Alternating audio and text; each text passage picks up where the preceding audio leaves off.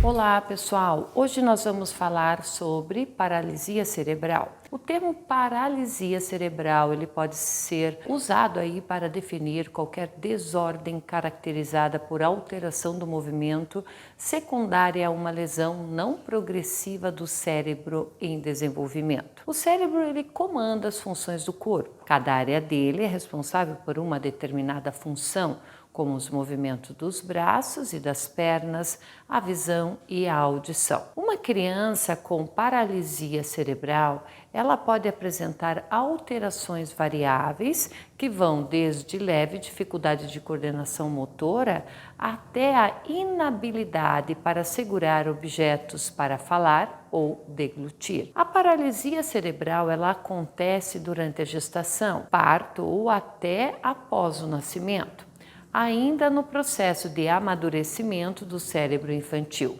É uma lesão provocada muitas vezes pela falta de oxigenação das células cerebrais. A pessoa com paralisia cerebral, geralmente ela tem a questão do cognitivo preservado. Mas são raros aí os casos em que a lesão afeta as áreas do cérebro responsáveis pelo pensamento e pela memória. Vejam vocês que se uma pessoa com paralisia cerebral ela tiver a sua visão ou a sua audição prejudicada pela lesão, ela terá dificuldades para entender as informações como normalmente são transmitidas. Se os músculos da fala forem atingidos, terá dificuldade para comunicar os seus pensamentos ou as suas necessidades. Quando esses fatos eles são observados, a pessoa com paralisia cerebral, ela pode ser classificada de maneira equivocada como uma portadora de deficiência intelectual. Para simplificar aqui, nós podemos dizer que a paralisia cerebral é uma alteração motora ocasionada por uma lesão cerebral. Quando se diz que uma criança tem paralisia cerebral, significa que existe aí uma deficiência motora, que foi consequência de uma lesão no cérebro quando ele ainda não estava completamente desenvolvido. O que acontece é que, basicamente, o cérebro ele não comanda corretamente os movimentos do corpo, não manda ordens adequadas para os músculos em consequência da lesão. Então é importante lembrar que algumas alterações elas ocorrem não só em formas anatômicas, mas também em alterações fisiológicas que marcam o indivíduo e que muitas vezes pelo ponto de vista social e que podem aí causar lesões. Nós vamos falar um pouquinho sobre a questão da classificação, porque a classificação dos tipos de paralisia cerebral ocorre conforme alguns fatores utilizados pela Sociedade Internacional de Paralisia Cerebral mundialmente reconhecidos para descrever as condições de acordo com a sua distribuição.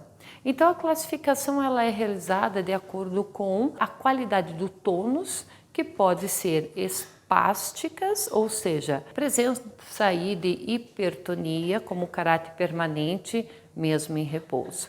Essa hipertonia, ela varia o grau, tá? Podendo ser encontrada aí em graus leves, moderado até grave, e o quadro mais frequente. Então a espasticidade aumenta aí a tentativa da criança de executar movimentos, o que faz com que esses sejam bruscos, lentos e anárquicos.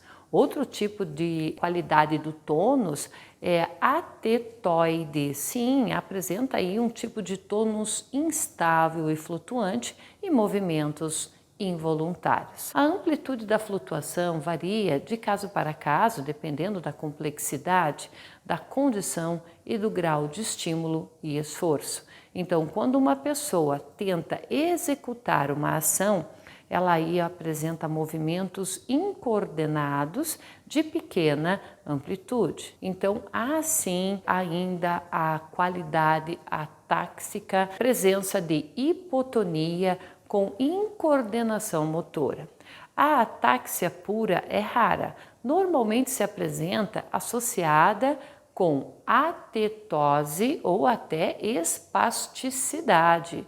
Geralmente o atáxico ele apresenta um grau aí de deficiência mental. Vamos falar um pouquinho sobre a distribuição do tônus. Monoplegia é uma paralisia de um único membro e hemiplegia é a paralisia de um lado do corpo.